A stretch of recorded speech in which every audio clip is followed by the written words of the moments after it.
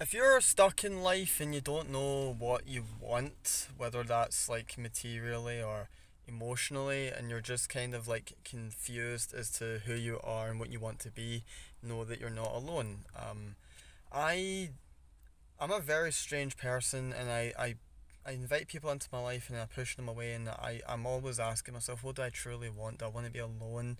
Do I want to be surrounded by people? What do I actually want? And I think that's just a very human thing to be confused because we're so overstimulated. We have access to all the information at our fingertips that all human knows, all that human know, um, all that humanity knows. There we go. So, like,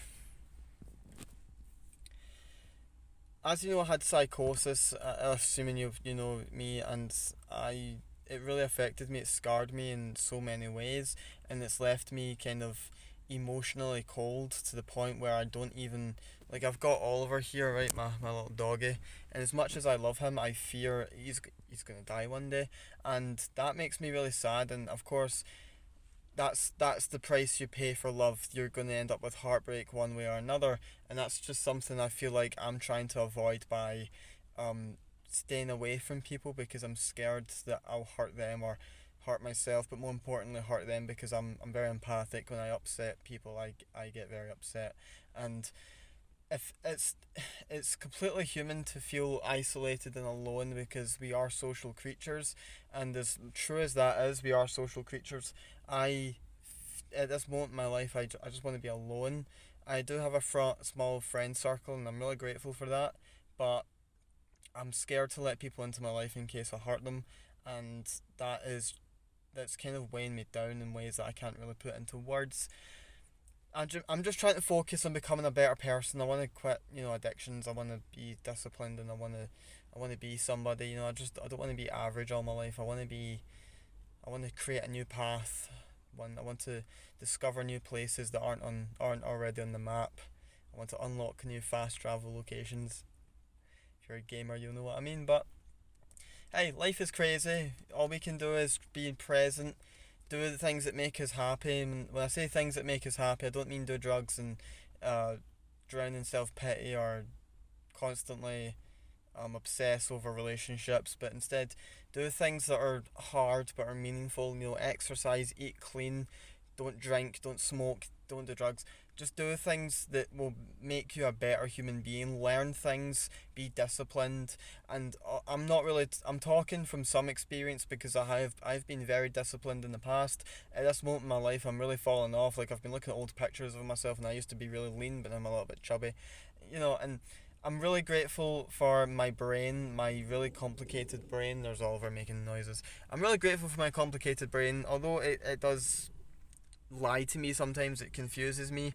I'm grateful to be so spiritual and so um how do I say this, awake, but not in the sense that I'm more awake than other people. I don't know how awakened I am. I don't even know if spiritual awakening is a real thing, or if it's just a human concept that spiritual people have came up with. But what does spiritual even mean?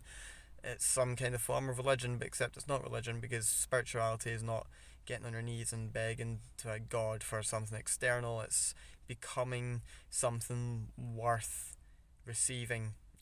What you are, you attract. From my understanding, but life is it's a very strange thing, and all we can do is be grateful for it. Be grateful for when we wake up in the morning.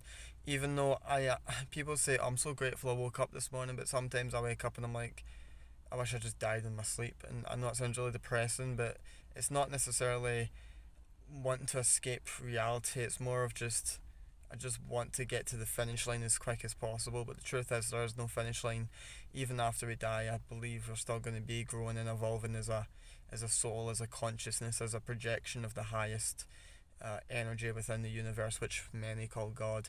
I like to call it the universe, but of course, we all have our own perspectives, our own beliefs, and I don't.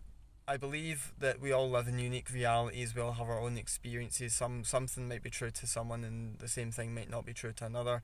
So don't sort of look down on people just based off their beliefs, unless of course they believe the Earth is like flat or something, but don't look down on flat earthers. I don't blame people who think the earth is flat because the government has lied to us, and who knows, maybe the earth is flat.